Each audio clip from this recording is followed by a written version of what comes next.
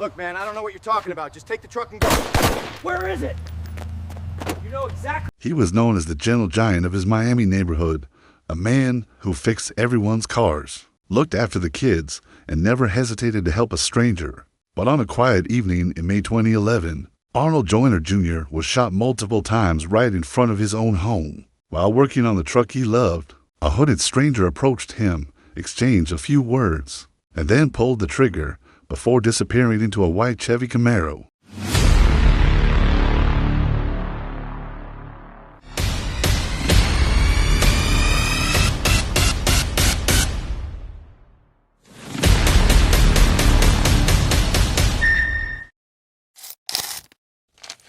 Why would anyone target a man who spent his entire life serving others? Why did detectives let this case grow cold so quickly? And what secrets lie within the blurry CCTV footage that captured his final moments? Tonight, we revisit the heartbreaking murder of a beloved father, brother, and community hero, and the unanswered questions that still haunt his family. Arnold Joyner Jr. grew up in the heart of Miami, a place where community wasn't just a word, it was a lifestyle. His parents, Arnold Sr. and Martha, raised him on values that shaped everything he later became: discipline, humility, kindness, and an unmatched work ethic. In school, Arnold was the kind of kid teachers remembered long after he graduated, not because he caused trouble, but because he carried himself with quiet confidence and a willingness to help anyone who needed it. His younger sister, Debbie, recalls that even as a child, Arnold wasn't content with typical toys. He wanted to build things: radios, bicycles,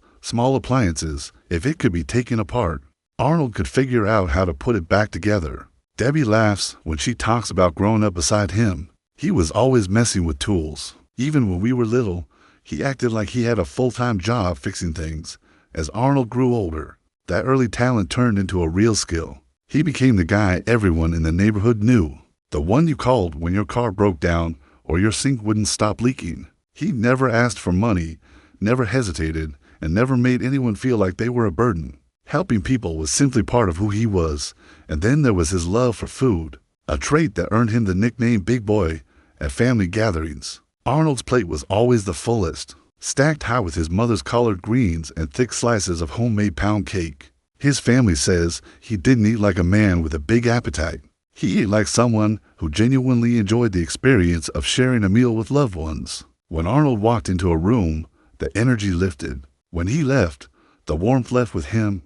Life in Miami is fast, chaotic, and sometimes dangerous, but Arnold always made it feel safe. His relatives rarely took their cars to a mechanic because Arnold could fix nearly anything.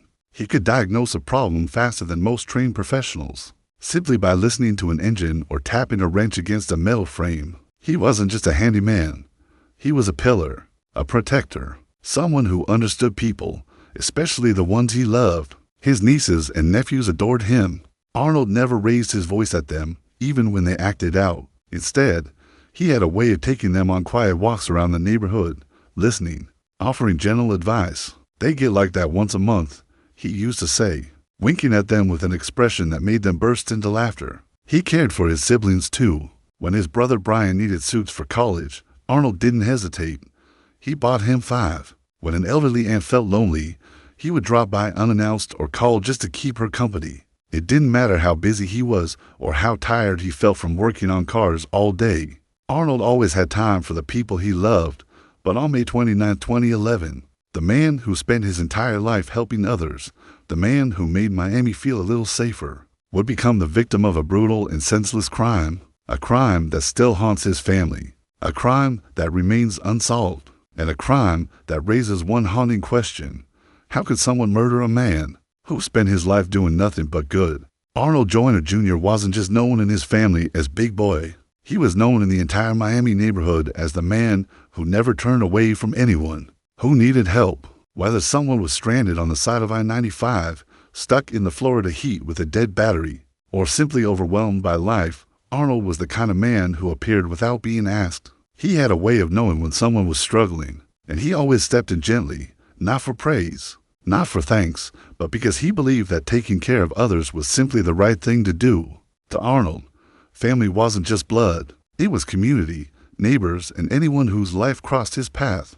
Children flocked to him because he treated them with the same kindness and patience he showed the adults. He'd fix their bikes, repair their toys, or slip them a few dollars for ice cream. For Arnold, joy came from the simplest moments, sharing a laugh, solving a problem, or easing someone's burden. His sister Debbie often recalls how their childhood shaped the man he became. Arnold was the kid who never wanted to sit still. If something was broken, he took it apart, not out of frustration, but fascination. He wanted to understand things, wanted to rebuild them, wanted to breathe life back into what others might have thrown away. Over time, that talent grew into something more than a skill. It became a calling.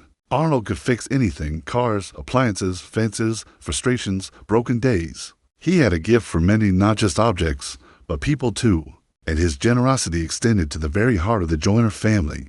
When his mother's car stalled on the interstate, Arnold didn't just come with tools. He came with reassurance, with that calm voice that told you everything would be fine. When his sister's tire blew, Arnold didn't lecture her about maintenance. He showed up, smiled, and said, "Don't worry, sis. I'll take care of it." That was his signature. He fixed things quietly, kindly, without judgment. His bond with the younger members of the family was especially strong.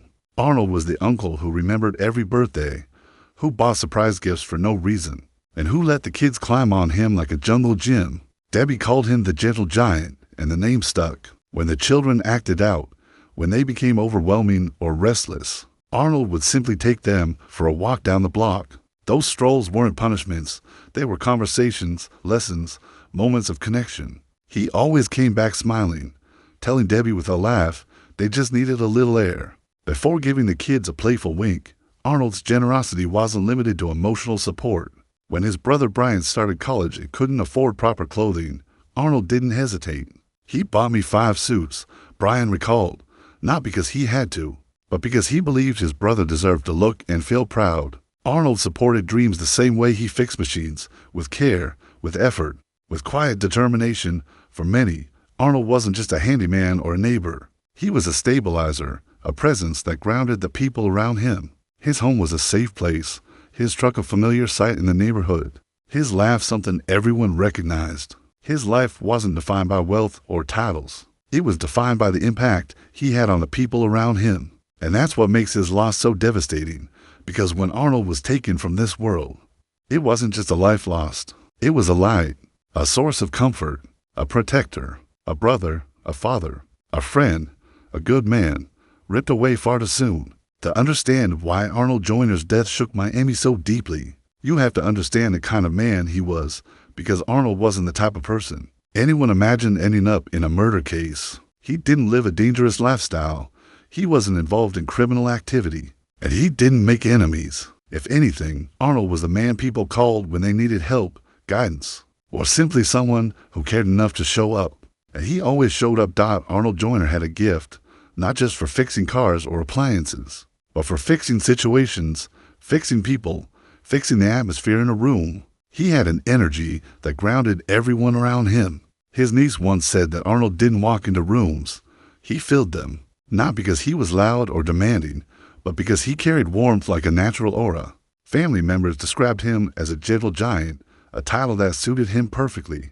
What made Arnold different was his willingness to help anyone, even when they didn't ask. He saw needs before people admitted them. When neighbors were struggling with aging roofs, he was the one climbing the ladder on a hot Miami afternoon. When an elderly couple down the block couldn't figure out their new television, Arnold was there connecting wires with a smile. When his sister Debbie couldn't handle the kids after a long day, Arnold would simply say, "Come here, little man," or "Come here, princess," and take them for a walk around the block. He didn't just entertain them.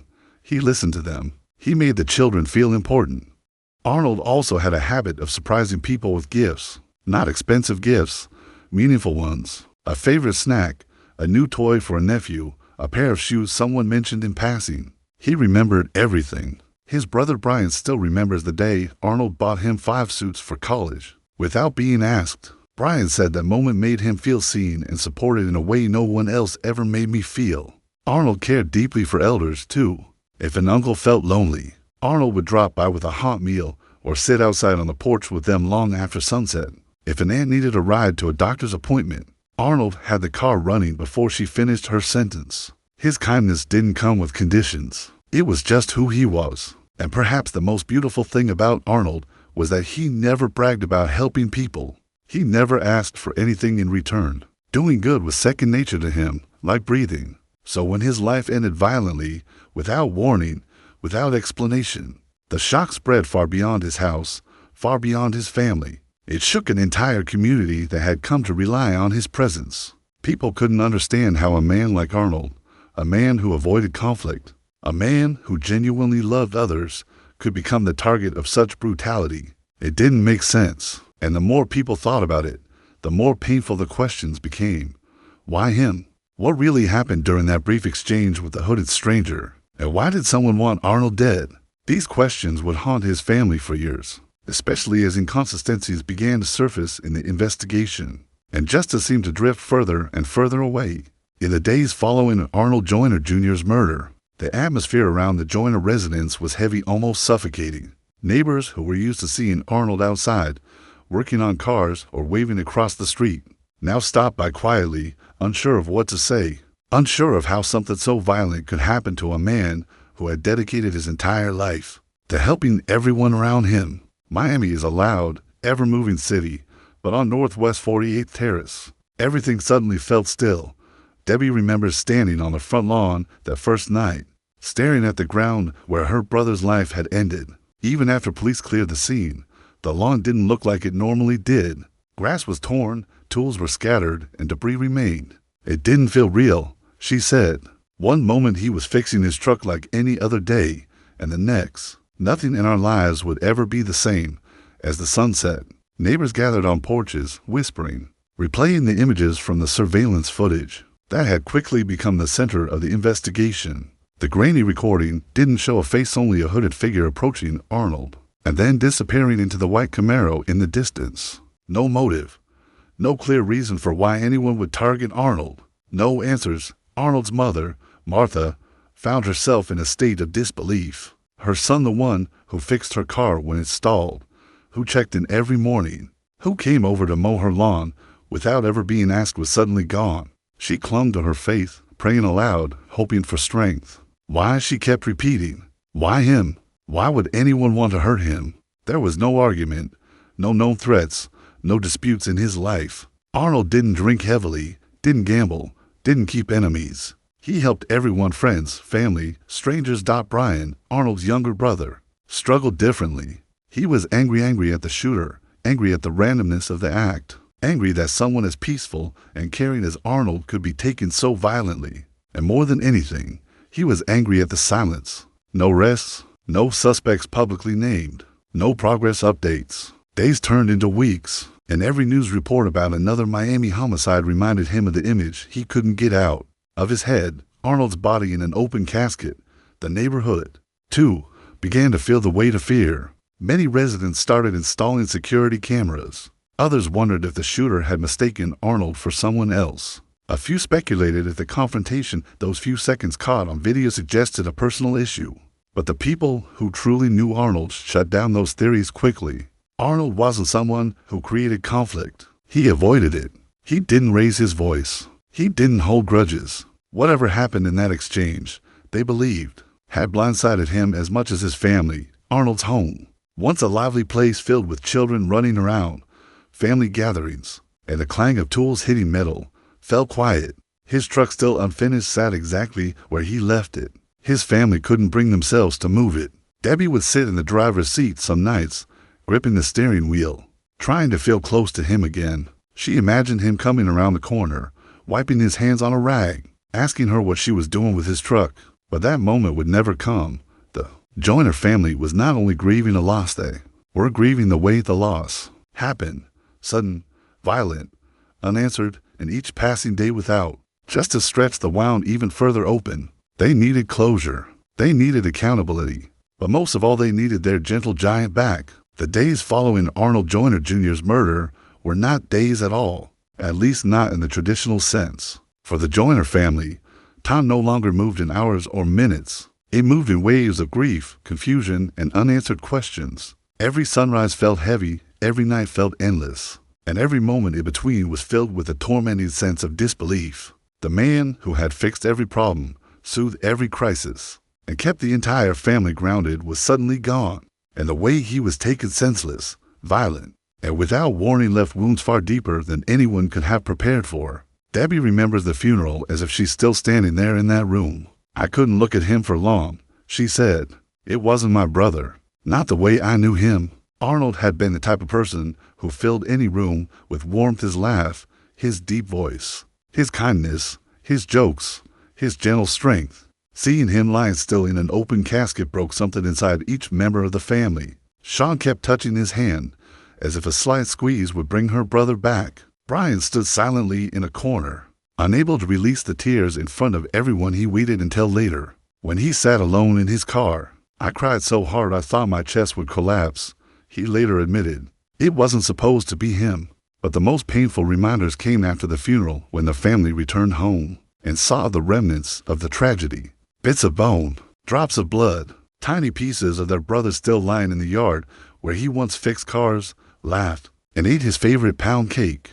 Debbie later said it felt inhumane that they had to clean the place where their brother died, as if they were erasing him piece by piece. Every shovel of dirt and every patch of grass they replaced felt like burying him all over again. And then came the silence.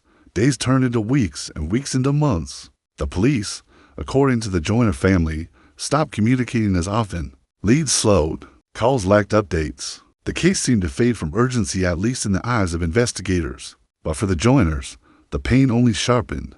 They couldn't understand how a man could be murdered on his own lawn on camera. Yet the investigation went cold so quickly. Brian turned to prayer. Sean turned to her children. Debbie turned inward. Each family member processed grief differently. Yet they all shared a common torment, the feeling of abandonment, not just by fate, but by the system meant to deliver justice. Every time a new murder appeared on the Miami news, Brian's stomach twisted. It was impossible not to think of Arnold lying in that casket. Impossible not to wonder why other cases received attention while theirs seemed forgotten. He often replayed the same thought in his head. If someone like Arnold, kind, peaceful, hardworking, could be murdered without answers, what hope was there for anyone else? Sean still keeps Arnold's picture next to her bed. She touches the frame every morning before her feet hit the floor. It is her ritual, her way of acknowledging the hole his absence carved into her life. Debbie admits she can't drive past Arnold's house without crying. The driveway, the place where he used to wave at neighbors, greet family, crack jokes, and kneel under car hoods, is now a graveyard of memories. Despite everything, the Joyner family refuses to give up. They believe justice is still possible. They believe someone out there knows the truth, and they believe their brother deserves more than silence. He deserves closure, dignity, and the justice he was robbed of the day a gunman ended his life. Arnold Joyner Jr. was more than a victim. He was a son, a brother, an uncle, and the heart of a family that still wakes up every day hoping for justice. His killer is still out there, and his story deserves to be heard. If you believe every family deserves answers, please share this video. And if you want more real stories, more truth, and more cases that need a voice, make sure you subscribe to Real Crime Pulse. Your support helps keep these stories alive.